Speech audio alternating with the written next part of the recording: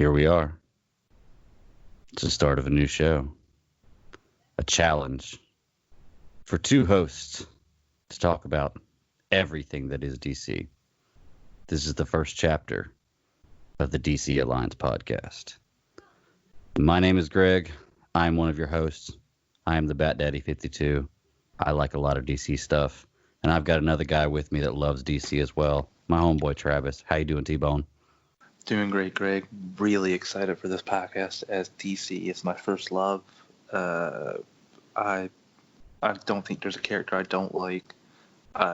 There's almost not an iteration that I don't like. Whether it be DC CW, DCEU, animated DC, comics, just love it all, and I'm really excited to talk about the news and pretty much anything DC with you, man. Yeah. And, as I was saying at the beginning of the show, this is the start of a brand new show, Chapter 1, and we are part of a brand new network, and it is the Geek Alliance Network, where we are bringing you a whole mess of shows, something you can listen to every day. Me and T-Bone here are doing this DC Alliance show where we're going to talk everything DC, movies, trailers, books, television shows. We'll probably stay away from the animated series because Travis and I also do the superhero discussion show, and that's basically going to be animated series, but that's not going to pertain solely to DC like this one is. No. So when you get this show on DC, you're also going to get a Marvel Alliance show with our homeboys Chris Balga and Travis Snell, who are fantastic hosts, great friends. They're going to do the same thing we're doing on DC podcast or DC Alliance here, probably just a little bit better, and all about Marvel. And then Chris Balga, who's on that show, also has World's Finest True Believers, which if you're a comic book fan of any producer, any writer, any company, it doesn't matter, anywhere it comes from, this guy's the guy you want to talk to. He has an amazing show, World's Finest True Believers, that is going to be joining this network. And, it's everything about comics. He basically gets a guest on the show. He talks about a comic from anywhere you want it to be from, basically, and breaks it down, does a full show on it. It's really fantastic. I've been a guest on there a couple times. Can't wait to get back on there again, but it's another part of the show. And then we also have Katie, who is going to be doing our Star Wars aspect of the show. And what is the name of her Star Wars show? Is it Star Wars Alliance? I think it's Star Wars Alliance. It's Star Wars Alliance. That's right. Okay. So she's doing that, and that's going to be a bi-weekly show. And then we're also going to have Katie doing the Slice of Film podcast, which is not necessarily restricted to any genre or any type of movie. Well, I won't say type, but any producer. Like, you're going to do anything. 'Cause I know I'm going to be going on with her Jurassic Park pretty soon. I know she's covering a lot of really, really fun stuff. And Katie is a little bit younger, so she hasn't seen a lot of these like 90s classics or some of them that we have, or at least not in a long time, or doesn't appreciate them like some of us do who are a little bit older. I'm aging myself right now.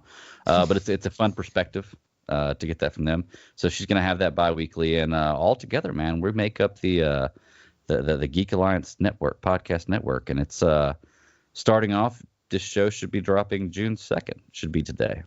So we're a little ahead of schedule filming it or recording it. But that's the best kind of way to be. So that's what the show's about. That's what the network's about. We're here.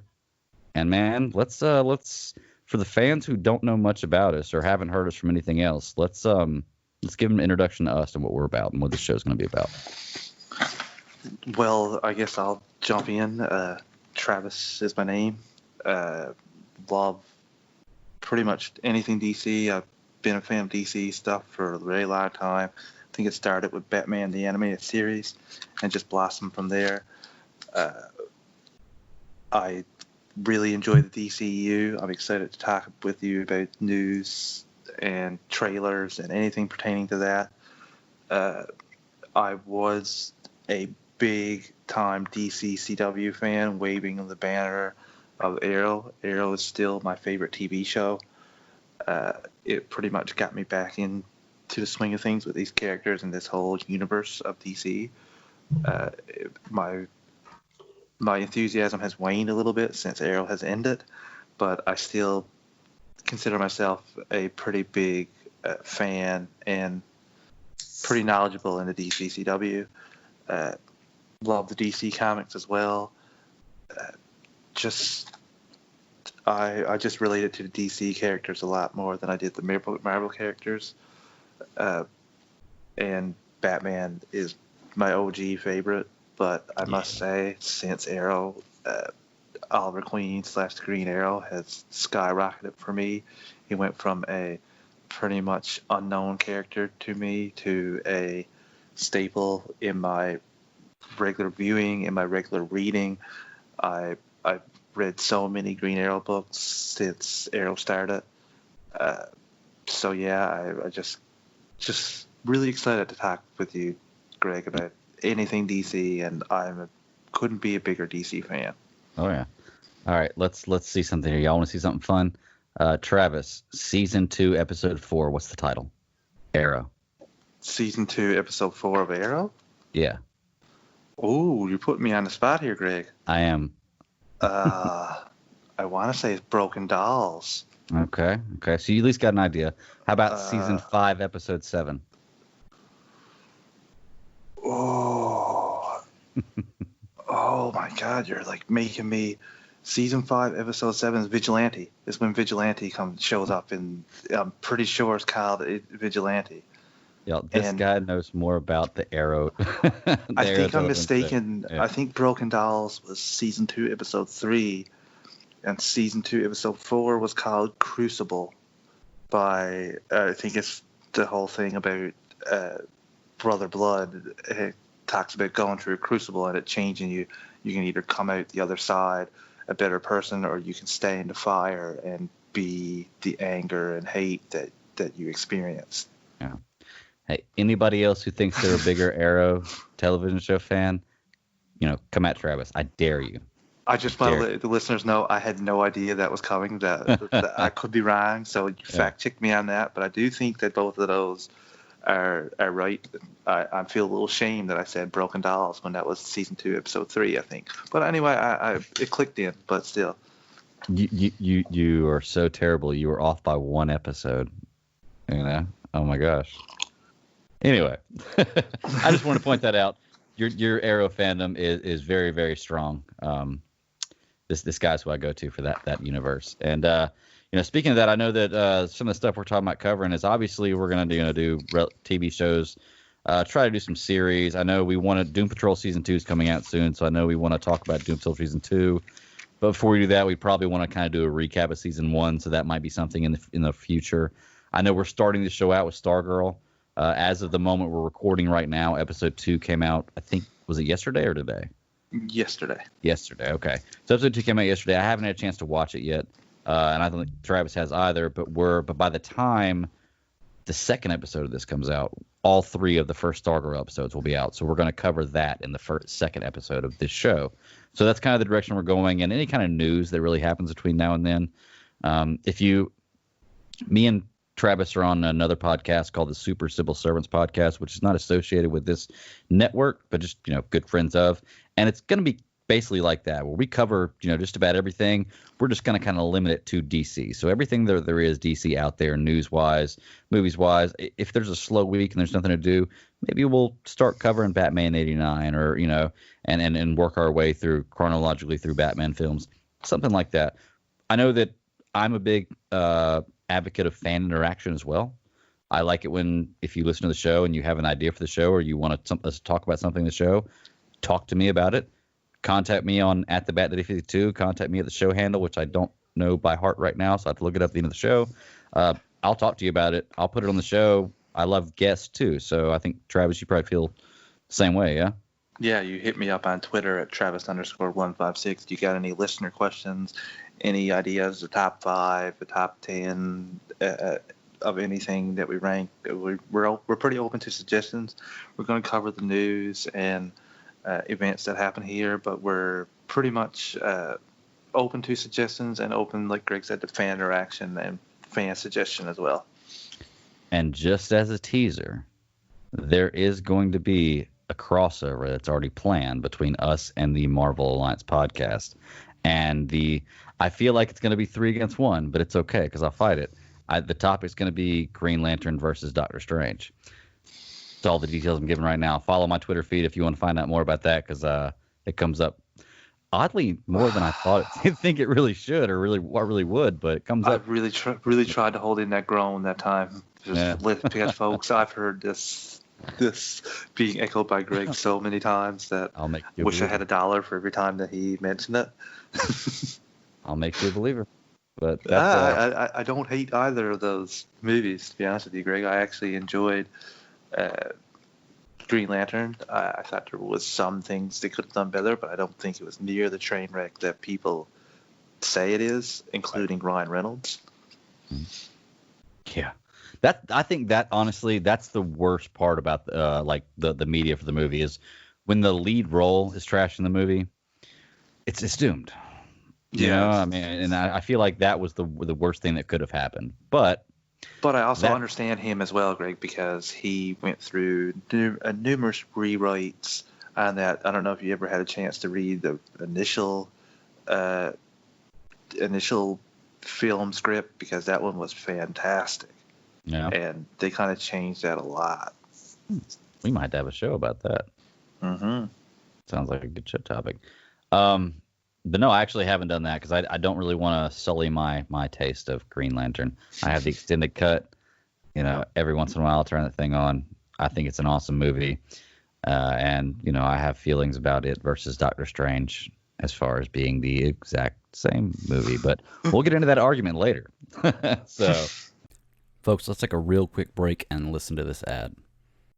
We do have a couple things we want to talk about tonight, and we do know this is going to kind of be a little post-dated because we're filming. God, why do I keep saying filming? We're recording this on a Wednesday.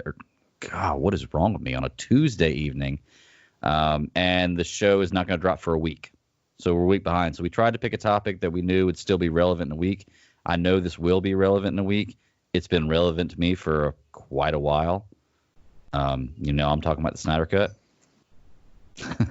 Yeah. There is a lot of stuff going on right now with the Snyder Cut because guess what? It's real.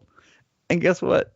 We're going to see it, which is absolutely fantastic. Some of the best news that I've heard in a long, long time. And I know that sounds really, really dumb based on everything going on in the world. But I think just for a minute, I needed a small win. I needed a small victory. You know, it's just those little victories in life that can kind of keep you going, and that's what I really needed. Yeah. And I've wanted this for so long, and for so long, so many people told me it's never going to happen. It's not real, and it's okay. I didn't get mad at them. That's fine if you feel that way. I feel like it is, and I feel like it's going to come out, and I feel like when I do see it, finally do see it, I'm going to absolutely love it. And people keep asking me, well, what happens if you don't like it whenever it comes out? I don't care. I mean, I can almost promise you there's almost no way I'm not going to think this movie's better than Justice League. Or I don't want to say better because I'm not trying to compare them. It is a good movie. I don't think there's any way I can feel that way, but I feel like I'm setting the bar really high too. You know? Speaking from someone who set the bar outrageously high for Crisis on Infinite Earths, you can get yourself into a little bit of trouble doing that. But I mean, I did the same thing for Batman versus Superman, and I absolutely loved it. So sometimes you can win, sometimes you can't. But Greg, this is more about a director getting to bring his vision to life. That like there's so many behind the scenes. This isn't your average director complaining about something happening. He left the project. They brought in somebody. They completely changed the project. They only used 1/4 of what he filmed. Mm-hmm. They changed the tone, changed the ending, changed lots of parts in the middle. They didn't even normally with the tragedy of his daughter dying.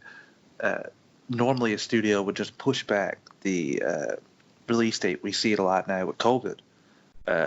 They pushed back the release date of all these movies to different times. Wonder Woman got moved. Tenet may get moved. There's so many. A lot of Marvel movies got moved. It was just like everyone pushed everything back, but Warner Brothers didn't do that for Zack Snyder and his movie.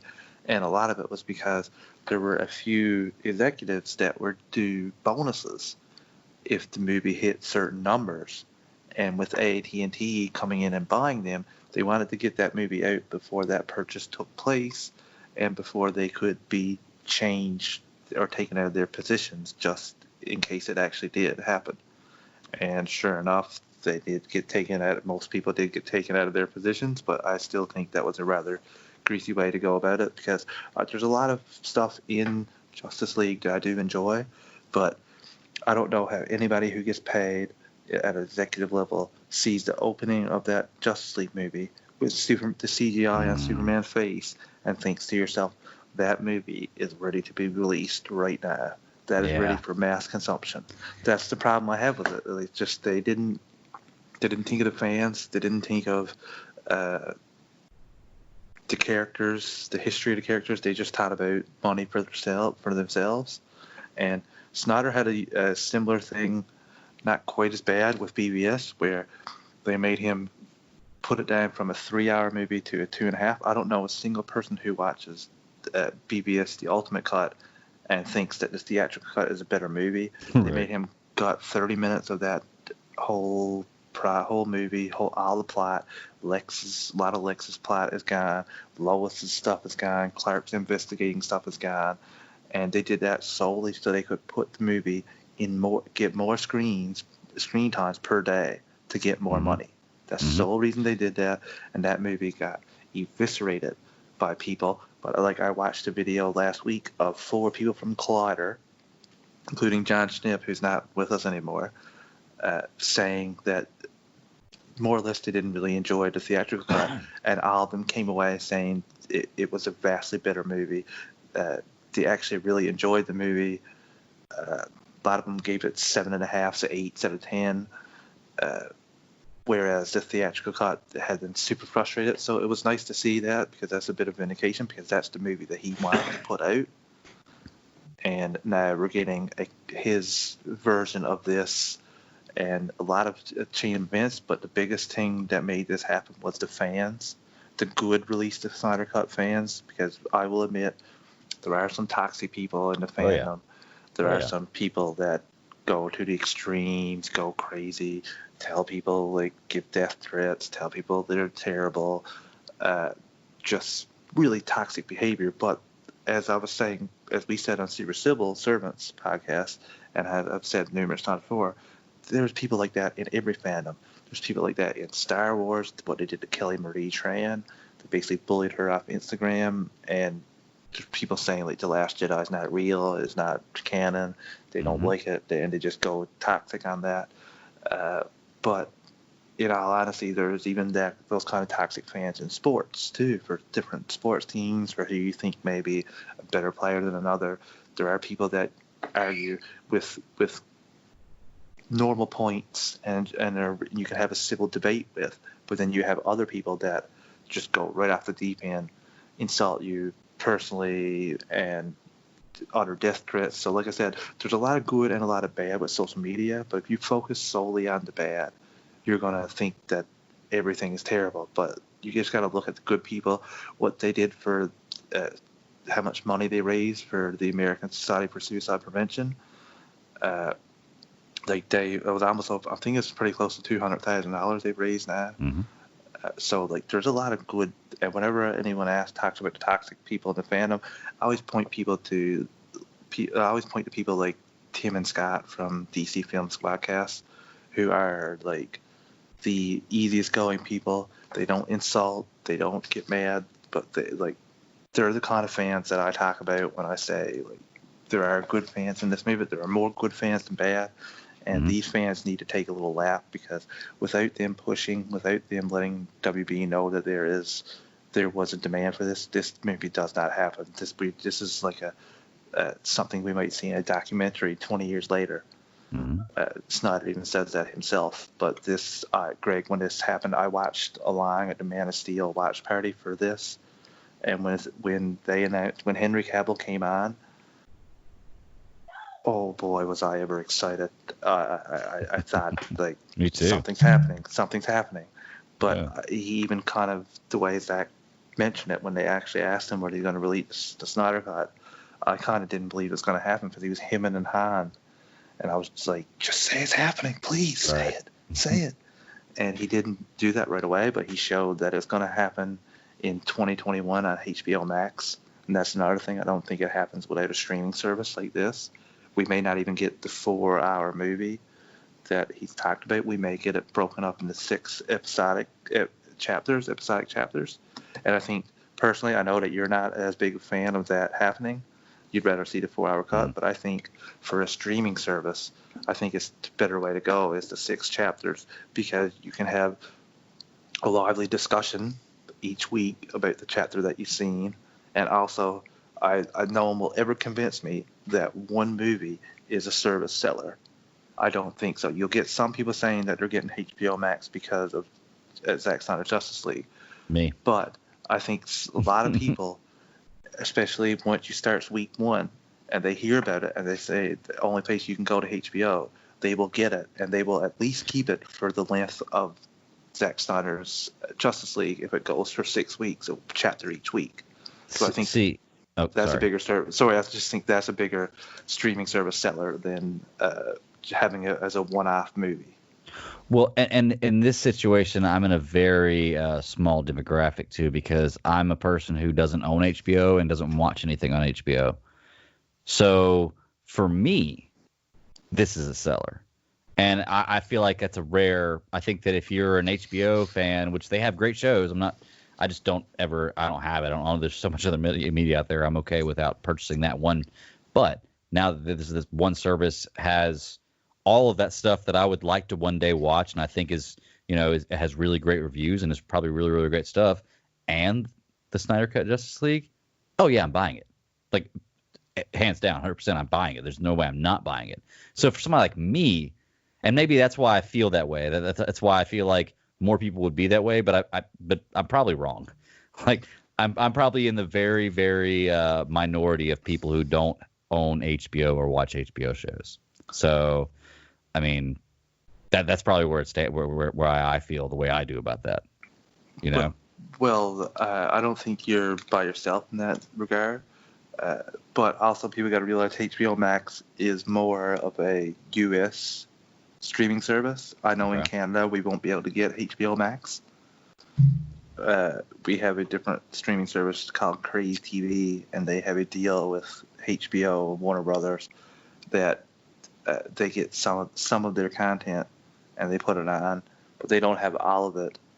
And they do have an exclusive deal for DC original shows like Green Lantern, Justice League Dark. All those shows will come on Crave TV.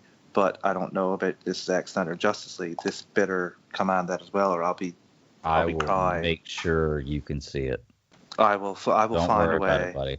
I will find a way. You can see it. That's all right. So don't worry about that. Stuff not being in Canada hasn't ever stopped me before. I watch Titans every day that it was dropped. If they don't want to take my money, I'll find a way to watch it. Whether I got to FaceTime Greg and we'll watch it together, and I got to watch it through the phone screen, I'll somehow watch it. Yeah. Real quick, going back to just the beginning of the conversation, because I feel like we're going to talk Snyder Cut for quite a while, which is good because there's a lot to talk about. I do want to say, like, I own Justice League. There were parts of Justice League that I really enjoyed, like, and I thought that there could be some really, really great scenes. Like, I thought the opening scene of Justice League, or not the opening scene, sorry, not the Batman, not the Henry Cavill scene, the opening Batman scene started out so promising and just kind of fluttered towards the end of that scene. Yeah. But I feel like I don't want to knock Joss Whedon for that, because I feel like if it was just him and his vision based on something he'd been building beforehand and made this movie, I feel like he could have made a good movie. Oh, I think he could have made a good movie as well, but I also think that he should have realized when he was brought in that this was not your ordinary task. I think if he had it back, he wouldn't have came in at all to do this job. He was writing Batgirl when they brought him in to work on this, and he's off of that project as well now. Well, I mean, do you think though that it was almost like a favor type deal, where, I mean, helping Snyder out or trying to help Snyder out and trying to help the studio out? Like, is he a yes man? No, Is he a yes man with the studio? Like, did they were like, let's put a guy in this position that'll do what we tell him to do? I think it was just as much, I'm going to get another paycheck, a substantial paycheck to direct this big blockbuster. And I know that the studio was like, he directed Avengers and Avengers Age of Ultron, so he'll be able to do a good job here. But I just don't think that was wise. Some of the choices have Whedon marked all over it, like Flash falling on Wonder Woman's chest, for example. Mm-hmm. That's a gag that he used in Avengers as well with Black Widow. So just some of the cringe stuff like that wasn't really good. But like I said, there are some stuff that I did enjoy, like the Flash Superman race. I did enjoy that. But you bog that down with stuff like that terrible brunch show that the Flash was talking about multiple times. Yeah. It just made no sense. It didn't need to be there. And to bring it back around like that, it kind of underscored that really cool Superman versus Flash race that I thought that was a really nice thing to have in there at the end. I thought that was a pretty cool little end credit scene. But I think that it was doomed from the start just because it was basically Frankensteining two things together, and we see from all the cast and how much they support Zack that I think they were all sold on Zack's vision. They weren't sold on what Whedon wanted to do. So I think that but it's not Whedon's fault. It ultimately goes back to, like I said before, the execs that did this. They used this tragedy to completely change around the movie and the tone of the DCEU, and I think that was disingenuous and pretty greedy. All right. Now, with all that being said, also, I do want to say that I do think that the DCEU has got a footing that is solid. I think they've had a few good hits lately. They're moving in a positive direction, even though I love the way they started. I love The Man of Steel. I love Batman vs. Superman. It's my number 1 and number 2 favorite movies of all time. So I love those two movies. But critically, they didn't. Even though they made the money, critically they weren't well received, which I just can't wrap my head around. Like I try so hard to understand. Like when I watch Man of Steel, I try so hard to understand why somebody cannot like that, And I guess a lot of people tell me it's the third act that's the most bothersome about it because they just feel like Superman's so destructive. But I can just point, it's the same argument of the Batman killing. Like, you can come at me anytime you want to at the Bat 8052 about Batman killing, and I will trump your. I hate saying that word. I don't want to say that word. I will destroy your argument about that because it does, and I have a feeling there's going to be a future show about that on this network. That particular subject in general, we've talked about it before, but it's the same way with Superman. Like, be realistic about it. It's irritating to me that with the Snyder Vision, it took things in a more realistic way because, like, you had the Nolan universe, okay, and that was the first time that you saw Batman or a big superhero like that, other than I guess maybe Spider-Man.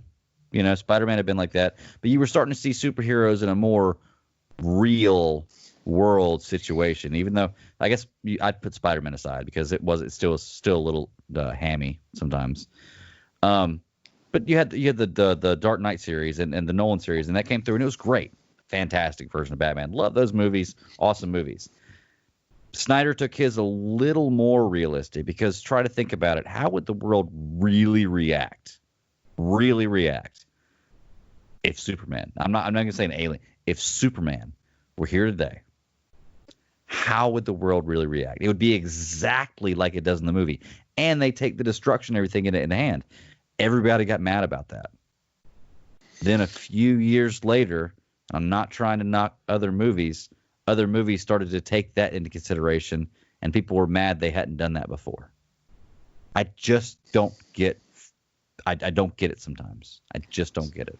Sometimes it's a double standard, my friend, but yeah. I agree with you. I think that the destruction with the Man of Steel in the third act, I think that people got to realize that Superman in his first weekend as Superman, fighting several people that in Smallville part, fighting 2 people that have the powers that he does, and in the Metropolis battle, fighting somebody that is a trained general, a trained fighter. As Zod says, where did you train? On a farm? So he's fighting somebody that has his world taken away from him, and all he wants to do is destroy the Earth. So, and this is his first time battling. And you even see it in BBS, the fact that he takes Doomsday up into space to try to get him away from any sort of any people to harm, and just he learns. Like your superheroes learn. They make mistakes. They learn. Same thing with Batman killing. He went across that line. Went too far, and because Superman made him question his identity, and made him question what he really meant to the world for his 20 years of service. Like, what did he really get done? When there's this all-powerful God that can come in and do whatever he feels like, must make Batman feel so insignificant. And I'm not saying that's right. It's not supposed to make. You're not supposed to like it. You're not supposed to like that Batman's killing. It's supposed to make you feel not good. The funny thing about all that, Greg, is they essentially just switched the roles from the Dark Knight movie, Frank Miller's movie, where Superman was the one that was like government stooge that listened, did everything he told, and didn't question anything. And whereas Batman in this one, he's more of a fascist. He's more of a closed-minded individual and it's completely, the roles are completely switched. So I just love it. And like I said, you'll get different interpretations. We got the Batman coming out with Robert Pattinson next year, and I'm open to that. I'm really excited about that. I'm never one to say I only like this version of the character and that's it. I'll go into any movie with an open mind. And like you said about DCEU, they've had some great hits with Aquaman striking $1 billion. I really love Shazam. Trying to think what other ones that have came out. Wonder Woman was fantastic. Wonder Woman, Aquaman, these are all actors in roles that are casted by Zack Snyder. Mm-hmm. Am I forgetting another DCEU movie? I don't think so. Shazam was the last DCEU movie? No, Birds of Prey was the last DCEU. Birds of Prey, oh my bad. And even that, I really loved that. I enjoyed Suicide Squad. I like the characters from Suicide Squad, but even then we got some studio middling that we may get fixed. We'll probably talk about that in a future episode. But I think that this is nothing but good. And when you get the actors supporting, when you get Ben Affleck tweeting out release the Snyder Cut, when you get Gal Gadot, who has no, it doesn't do anything for her. Yeah, she has her nothing character's to gain. Successful, exactly. She's going somewhere. And same thing with Ben Affleck. He's a successful actor and director. It doesn't matter to him if he tweets at least the Snyder Cut. Warner Brothers is not going to do anything to him. They're not going to not work with him. He's a big name in the game. And same thing with Jason Momoa being a big cheerleader for this. He had $1 billion movie. His sequels already lined up.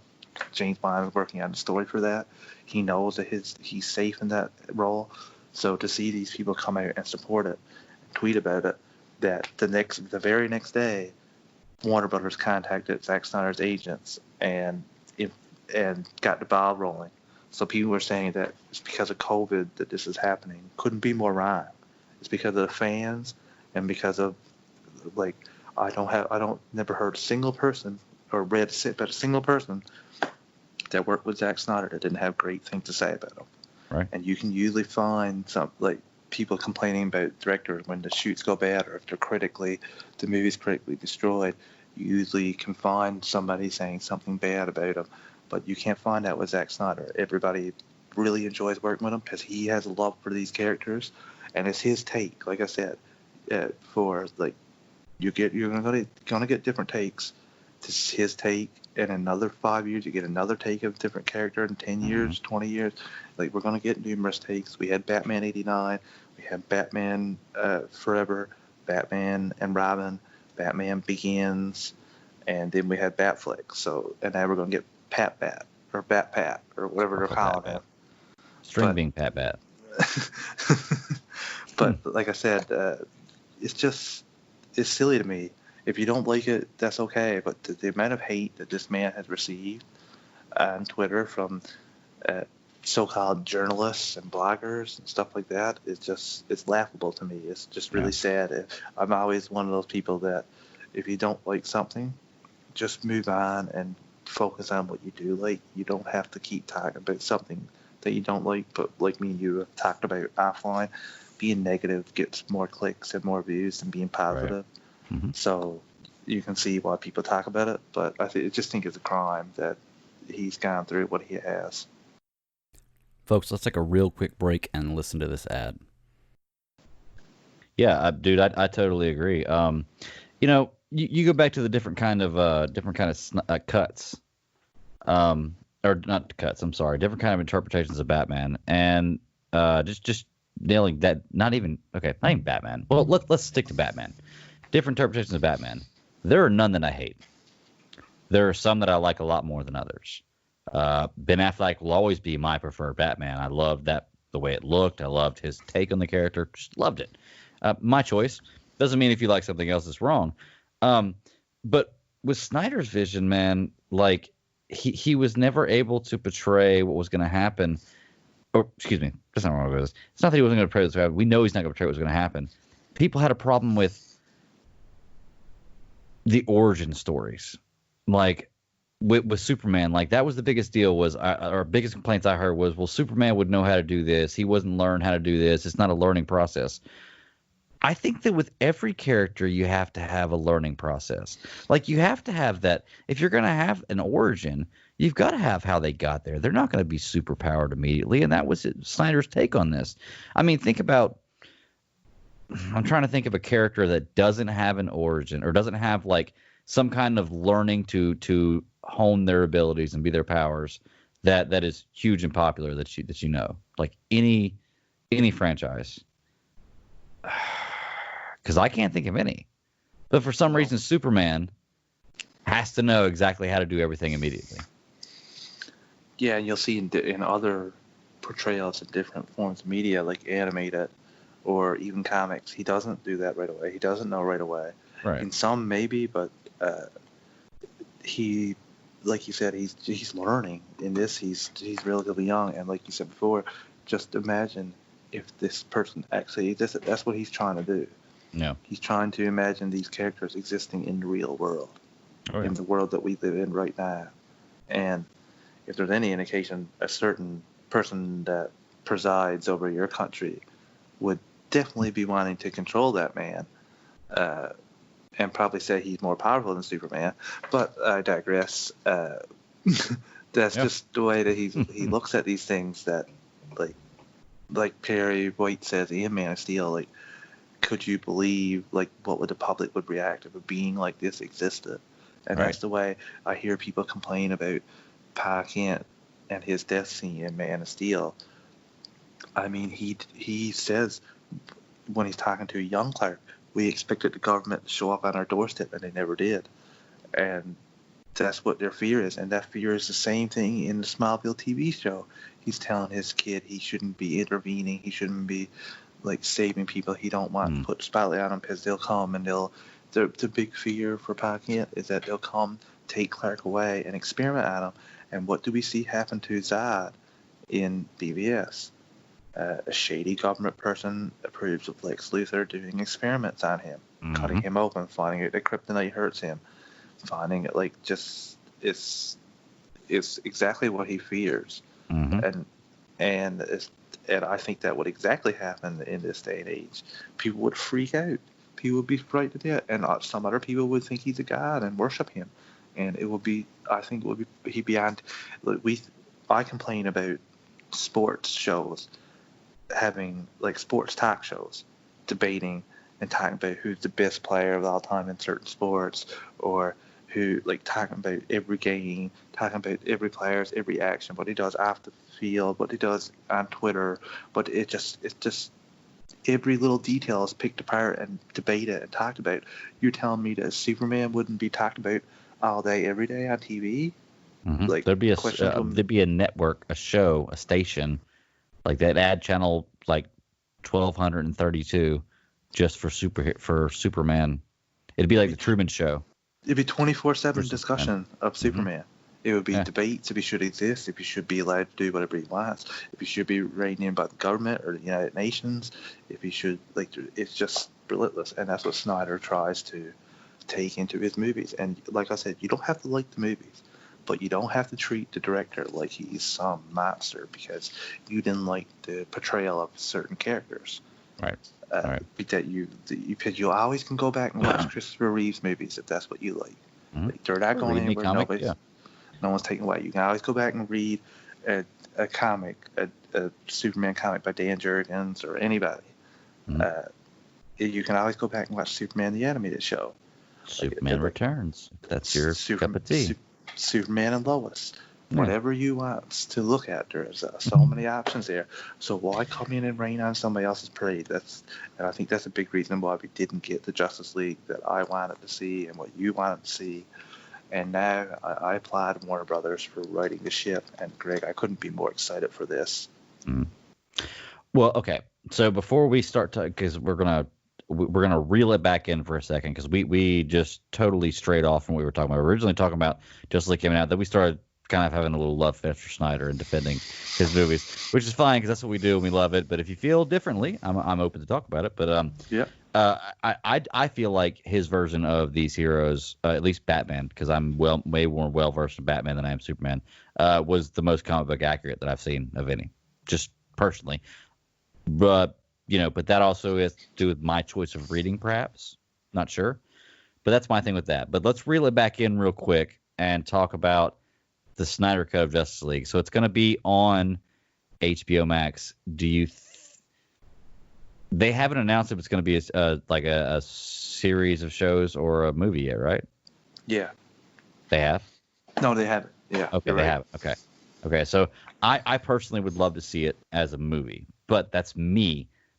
And I know that if it comes out as a series, then they do it in 5 parts or 4 parts, whatever, I'd still love it and enjoy it, and I could still watch it as a movie. I could watch them all 4 together.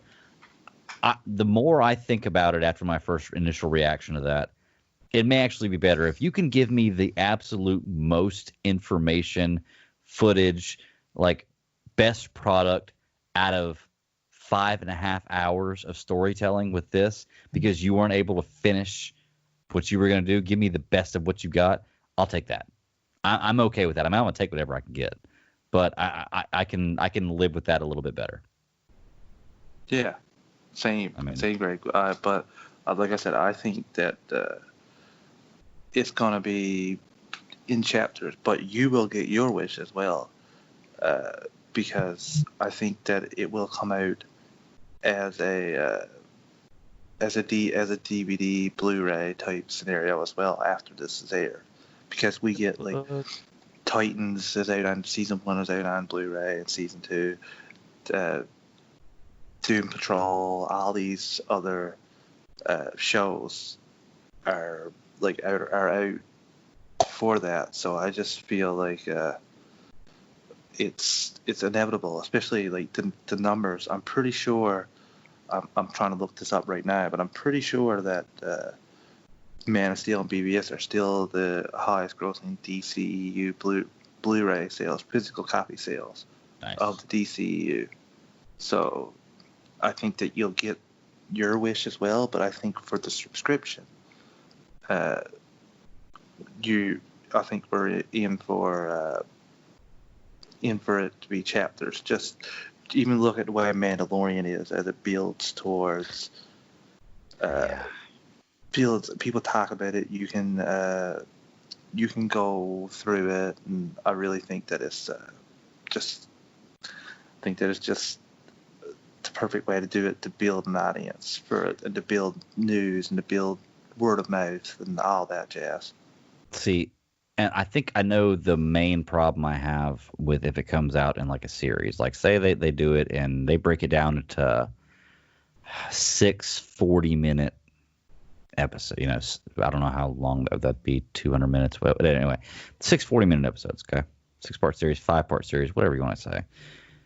When I get done watching that series, you're right, it is going to be like Mandalorian. I'm going to love what I see, and I'm going to be so interested in what happens next. But with The Mandalorian, there's a season 2. So what I'm really watching is a Watchmen. Like, I'm watching something that I really like, and man, this is awesome. I can't wait to see what happens next. But guess what? When it's done, it's done. Like, there is no more. Like, I won't get to see. So maybe that in my mind, and maybe I just have to readjust the gears in my brain to stop thinking about it like that. But that's kind of how I'm looking at it. Is I'll watch it for 5 weeks, and man, it's awesome. I want to see what happens next after that. Whereas if I feel like if I watched it in a movie, I'd have more closure. I'd be like, okay, this movie is complete, you know. And me personally, I don't mind sitting. If it's something I like, I'll sit down and watch a 4.5 hour movie. I don't care, you know. If it's something I want to watch, doesn't bother me. Same, Rick. Same. I'll take any way I can get it. Mm-hmm. But regardless, Man of Steel is still the highest Blu-ray or physical copy is at $120 million in sales for just a physical release for Man of Steel, and BBS has an 80.3 So glad to say I'm part of both of those. Same, numbers. Sir, same. So, but like the other ones, I think the only other one, I think Wonder Woman has BBS beaten, and that's about the only other one that is up there with these two. Like Shazam only has 28 million in sales. Now, digital has also come around a lot more in the last 2 to 3 years than it has at any other time. But I still think that those physical copies and how high it is, like it's 200 million for those 2 movies, 2 of his 3 movies. Yeah. So, I mean, you're getting a physical copy of Zack Snyder's Justice League, and it will happen. Well, dude, I have a DVD burner, so if and I don't use that thing for anything ever. Like, it sounds cool to have a DVD burner. Like, oh man, that'd be awesome. Couldn't tell you if I've ever used a DVD burner before. I think I've owned one in the last like 3 computers I've had. Don't think I've ever once used one, and I guess I could. Maybe it's better for a line of work if you do family photos. I just don't do that. But if there is no physical copy of the Zack Snyder Justice League, I'll have one. That's for sure. I'll have one, and I mean, I'll cut it myself. I don't care. I'll put it together. I won't sell it. It's my personal use. I won't give it to anybody, I think, but I'll definitely have one. So, well, dude, what else about the Snyder Cut? I know we're talking about it right now. It's kind of a week old because I think, what was it, last Wednesday or was it Thursday? Last Wednesday. Last Wednesday. That's happened with Zack Snyder doing the commentary review of Man of Steel, and I didn't get to watch that. I did time my lunch out perfectly at work, so I got to listen to the last hour, in which I thought my homeboy T-Bone here was Henry Cavill himself, because I knew that they were taking people on at the end of the show. I didn't know if it was going to be fans or people just watching, and then I heard, Henry Cavill talking, and I was like, oh, it's Travis, and that makes me sound really dumb, but it makes him feel really good, so I'll keep saying I'll take that compliment any day of the week. They're great. And I'll sound dumb any day of the week because I just do naturally, so it works out well. But trying to think, this news is going to be kind of late, but I feel like it's a good thing to talk about because I feel like, at least for us, I don't think news of a Snyder Cut ever gets old. Oh, and I don't think it's going to get old. I'm sure we'll talk about it. Yeah, there's some media that's flipping out saying that this is a terrible precedent, which I find it funny because you didn't hear them say it was terrible precedent to give away somebody's movie, railroad them, and make it seem like you were just trying to finish their vision, which is what they put out there numerous times, which couldn't be further from the truth. I want to note that he had a presentation in February after he was contacted in November. He put a little presentation together and had a group of executives from Warner Brothers fly down to his area in Pasadena and his home theater that we see in both Man of Steel and BBS rewatches. And he showed it was in black and white, and there was a number of execs in the room, including old Toby Emmerich, I'm not a big fan of his, Caroline Blackwood, Walter Hamada, who's the new head of the DCU, HBO's Kevin Riley, Sarah Aubrey, Sandra Dewey, and of course the man that I think had a lot to do with this as well, Jim Lee, who also made a big point to get Ezra Miller in the Crisis on Infinite Earths crossover. So I think he likes the idea of multiverse. He's tweeted out how I think he's tweeted out about Snyder and the cut since then. He always shows his support. He drew all the covers for Zack Snyder, and Zack Snyder's in pictures with him as well. Favorite artist. Beautiful. He's fantastic. I think he knows that shouldn't have been done the way it was handled, and it's like they're making amends now. And I think Jim Lee really played a big role in this, and I couldn't be happier that it's happening. I thought that was pretty cool the way they did that too. So it's just nice to see it come together for him. He's getting this movie, and he deserves it. And he even said, "Congratulations, Zack," with claps for his Zack Snyder's Justice League. So I think people really need to, if you're happy that this is happening, it's a lot on Jim Lee. Folks, let's take a real quick break and listen to this ad. Yeah, man, I agree. I think it has a lot to do with Jim Lee and a lot to do with just the drive for it too, man. There was so much of a passion for it. Me personally, I've never seen anybody pull for a movie like this before, but it's also something that I'm tuned into. So I feel like my natural statistics in my head that I want to put out there are not accurate because I haven't done any kind of studying on anything else that's been like this. Mm-hmm. I'll just say for you for that is. I'm pretty sure this is the most tweeted about movie for WB that they've ever produced. That's crazy. And they haven't even produced this movie yet, which is really funny. Zack Snyder said that in the Hollywood Reporter note. Yeah, that's insane, dude. So you are right. I don't think anyone's ever seen anybody come together like this before. Coming together, man. That's a song, right? I do want to say though that through all the hatred and everything that I've seen back and forth on both sides, from toxic Snyder fans, from jerk offs on the other side of the argument to everybody just bashing heads, I have seen less bashing from people who were against this or just not necessarily anti-Snyder, because some people just don't like Snyder, which is fine. It's you can don't not like Snyder, no problem. But I've seen less of them lashing out or complaining about the Snyder Cut coming out than I expected had this happened, which is a very, very nice thing to see. That people are not, and I've been kind of unplugged for the last week, but I just haven't seen a whole lot about people lashing out and bashing what's going on. Maybe you have. You're a little more plugged than I am. Some people, but a lot of people are eating crow. To be honest with you, Greg. Yeah, big old plate full of that, baby. It would never come out. It would never see the light of day. It didn't exist. It was a pipe dream. It was something that crazy cult people thought. There's so many people that. I don't even mention names of some of the YouTube channels and that of people that are shouting and hating it. Want to shout out Tyrone Magnus. His YouTube channel. I think he has 2 million followers. He's been clamoring for this from the beginning. He did not enjoy Justice League, but he loved the first two films that Snyder did. And he's been saying it. If you want to watch his little, I think it's 12-minute video about this coming out, it's quite funny. He says something along the lines of a certain pair of round spherical objects that Zack Snyder has. How does it feel of those things that are laying on top of your head for the haters?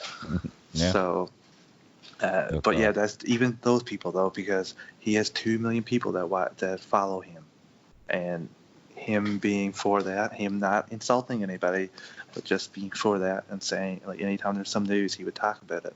That gets the word out. That gets more people tweeting about it. That is just every single person that put into work the right way for this, you should be proud, because that's the reason this is coming out, is demand for it from the fans, and the fact that AT&T thinks that it can make money. The other thing I want to say is I don't think this happens unless AT&T buys Warner Brothers. I don't. Because Warner Brothers would never never admit that they're wrong, especially if they kept the same regime that did all this. Mm-hmm. Because this is just big, Greg, just big. Yeah, and it's huge, man. And they would never admit they're wrong. And AT&T sees that there's potential for content for their streaming service, and they're like, whoa. This is the most tweeted about movie that we have, and maybe we should check on this. And I think that was a big reason, because, like I said, I don't think if the same execs are in WB, they even entertain that. They just move on and keep going forward. All right. So big shout out to AT&T, who are fanning the flames crazily on Twitter about this and about Suicide Squad Director's Cut. Yeah, which we're going to talk about soon, too. I don't know a whole lot of news about it, but we're definitely going to bring that up soon. Yeah, man, I mean, I think we've pretty much put out there all that we can talk about the Snyder Cut, from what's come out so far. I think we're both still enjoying the initial high from hearing this, just the natural high from it. And, I do want to point out to anybody who's listening to us that we did go kind of Snyder hard there, but we both still like and enjoy other versions of the character and are not opposed to people not liking. It's just difference in bashing. So if you don't feel the same way, that's fine. Talk to us about it. And I'm down to talk about any version of whatever character you want to. It's just a matter of bashing other characters. That just doesn't see, if you don't like it, don't like it. No problem with that. And I think that me and, Travis feel the same way about that. It's just talk to us. We'd love, we're big Snyder fans and we're not going to hide it. Let's put it that way. Yeah. But we're not going to try to be toxic about it. We're not going to try to say that it is the end all be all and the only thing out there that can be good, because it's not. We're going to talk about a lot of Batman in the future, past versions, future versions, cartoon versions, computer animated, like all kinds of different stuff, man. It's going to be insane. But we have a lot of DC to talk about, like an entire DC universe, more like an entire DC multiverse of stuff to talk about. Wouldn't you agree? I couldn't agree more, sir. I can't wait to talk about Stargirl Weekly with you. Doom Patrol when it comes up. Mm-hmm. Review movies when they hit. I'm super excited for Matt Reeves' take on the Batman. We're still getting that. I'm really excited about that. Wonder Woman 84, whenever that drops, August as of right now, but that probably will change. Who knows? But whenever a movie drops, we're going to review it. Whenever something news breaks, we're going to talk about it. Whenever a show hits that we enjoy, we're going to review it as well. So I just think that this is pretty exciting. I'm really excited to talk solely about DC. Oh yeah, it's going to be a nice focus. We can really dive into the lore here. But we are going to try to keep these shows about an hour, so they're not super long to listen to, but it gives you a little bit of content for your drive to work, whatever you got to do. But about an hour. So I've pretty much unloaded about Snyder Cut, what I got right now. T-Bone, you got anything else you want to say, man? Or... No, I pretty much said all I needed to say. Good deal. All right, let's wrap things up, man. Mr. Hines, where can they find you at, sir, if they want to contact you? They can find me on Twitter at Travis_156. You can drop me a line and we can chat about pretty much anything but DC related in terms of this podcast.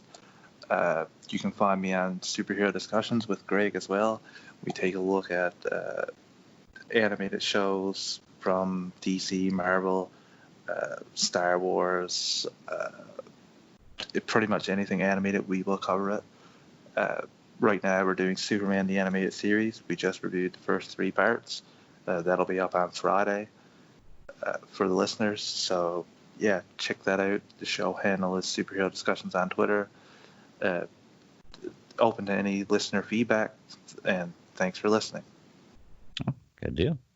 And you can find me at the BatDaddy52 on Twitter. It's my my personal handle right there. And I'm open to talk about just about anything. Just hit me up. I'm willing to talk, debate. Doesn't matter to me. I enjoy a good debate as long as it doesn't get past the point of, or get to the point of insulting, because debates are fun.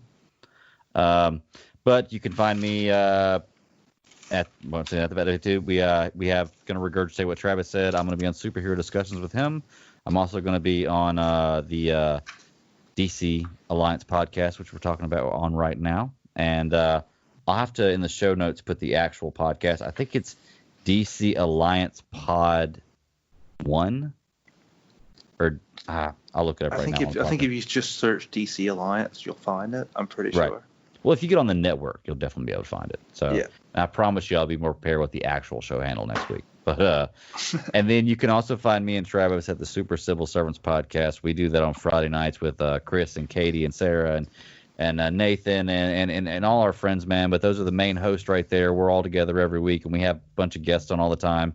And we do basically this. We just go outside of DC. We expand to news all over the place, all kinds of different genres, all kinds of different studios producing stuff. We don't really hold any, rules there. It's a little more wild. So it's a fun ride. We go live on YouTube Friday nights, 9 o'clock Eastern Standard Time. So you can check out the show, interact with us, do a live chat. The show usually drops Monday or Tuesday on just the podcast form. So if you want to listen to it then. And then you can also find me at the C3 Panthers podcast on Tuesday evenings, 9 p.m. Eastern Standard Time, the exact same way on YouTube, where you can interact with the show, talk Panthers football with us. Really, really fun. And that show drops almost immediately, I think, after the YouTube recording. So just check them out, C3 Panthers podcast. But that is about everywhere that I am on the internets. Actually, that is everywhere I am. I'm nowhere else. Don't search me. But, man, good first show. You ready to hit up next week? Talk some Stargirl, some news? Same bat time, same bat channel. Yes, sir. Yes, sir. Well, until next week, y'all have a great evening. Later, guys.